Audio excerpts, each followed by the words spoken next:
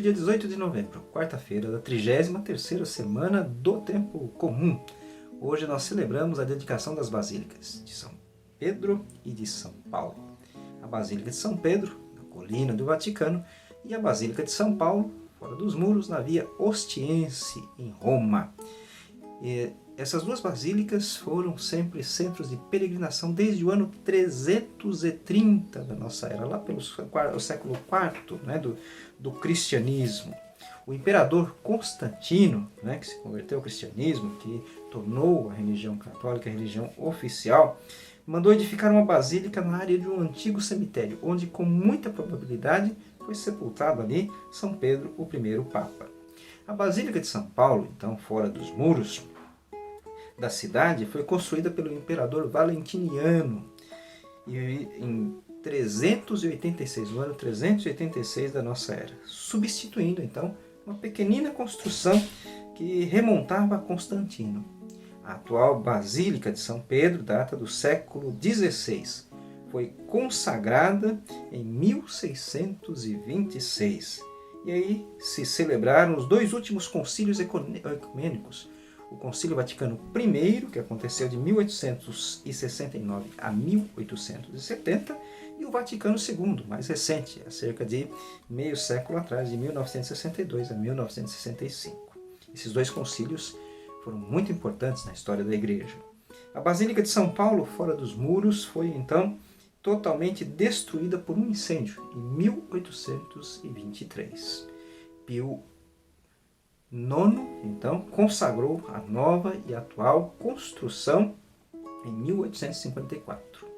O mesmo Pio IX reuniu numa só celebração o aniversário das basílicas dedicadas aos dois grandes apóstolos, Pedro e Paulo. Essa memória, essa festa, que hoje nós celebramos, as basílicas de São Pedro e São Paulo. Mas ao celebrarmos a edificação de uma igreja, como celebramos há poucos dias a celebração do latrão, deve nos recordar em primeiro lugar que as pedras de concreto não têm sentido sem as pedras vivas que somos nós. Nós também somos templos do Espírito Santo. E somos nós, então, que damos vida a essas edificações, as nossas igrejas, as nossas comunidades, como a nossa querida matriz, São Sebastião, e as queridas comunidades espalhadas aí pelo Rio Grande da Serra.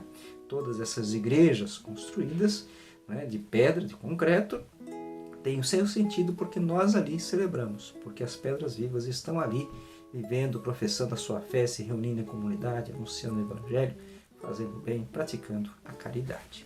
Ouçamos então o Evangelho da festa de hoje. O Senhor esteja convosco, Ele está no meio de nós. Proclamação do Evangelho de Jesus Cristo segundo Mateus. Glória a vós, Senhor.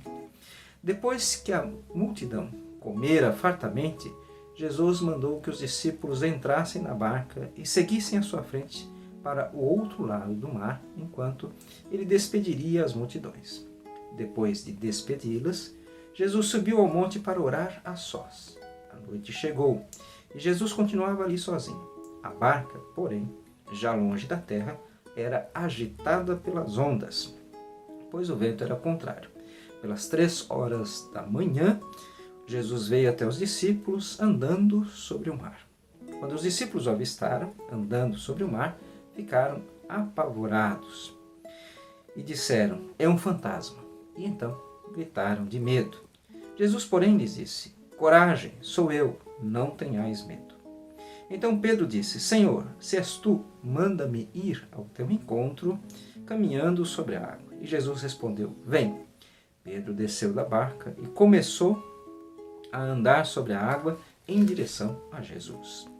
Mas, quando sentiu o vento, ficou com medo e, começando a afundar, gritou: Senhor, salva-me!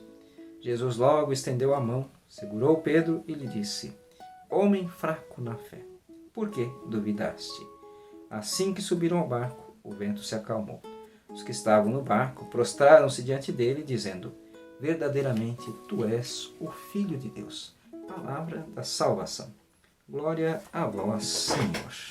Muito bem, caríssimos irmãos e irmãs, na dedicação dessas duas grandes basílicas, que, como nós vimos, aí remonta lá aos primeiros anos do cristianismo, recordando então que somos pedras vivas e que a Igreja de Cristo, né, que é simbolizada, que tem sua imagem, né, nas igrejas físicas, mas a Igreja de Cristo é o seu corpo místico, né, a igreja toda, formada pelas pedras vivas que somos nós, batizados e batizadas. E a barca é um grande símbolo, então, da Igreja de Cristo. E por isso, né, a festa de hoje nos traz justamente essa passagem do Evangelho, em que Jesus primeiro alimentou a multidão.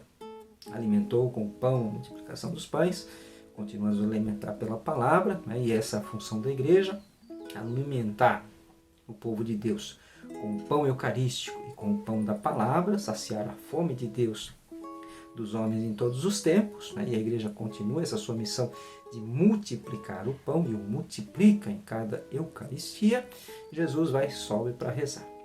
Essa atitude orante de Jesus também deve ser a atitude da sua igreja, das pedras vivas de cada um de nós. Também temos tempos para rezar. E a barca está lá no mar. Está chovendo, o mar está agitado, porque os ventos são contrários, e a barca é sacudida de um lado para o outro, né? E assim também, isso uma imagem, né? Uma alegoria da nossa vida. A igreja hoje continua no mar, né? Nesse mar do mundo, os ventos são sempre contrários, né? A sociedade hoje, a mentalidade de hoje, com tantas ideologias, ideologia de gênero, a violência, né? E tantas coisas sopra, então, contra a igreja que ensina o caminho correto, o caminho de Deus, a doutrina, a sã doutrina católica, né? E confronta-se isso com o mundo. Então, quando nós falamos então da ética cristã, da moral, dos valores evangélicos, do cuidado com o próximo, do cuidado com os pobres, então nós somos atacados. A barca de Jesus continua a ser agitada. E Jesus vem caminhando, né? Ao encontro dos discípulos sobre a água. Jesus está acima do caos, né? Ele domina o caos e, portanto, o caos não o afeta. Quando os discípulos o veem, com o barco ali agitado, a primeira coisa que pensam é que estão vendo um fantasma, então ficam com medo. A palavra de Jesus aos discípulos e a nós é confortadora, não tenhais medo.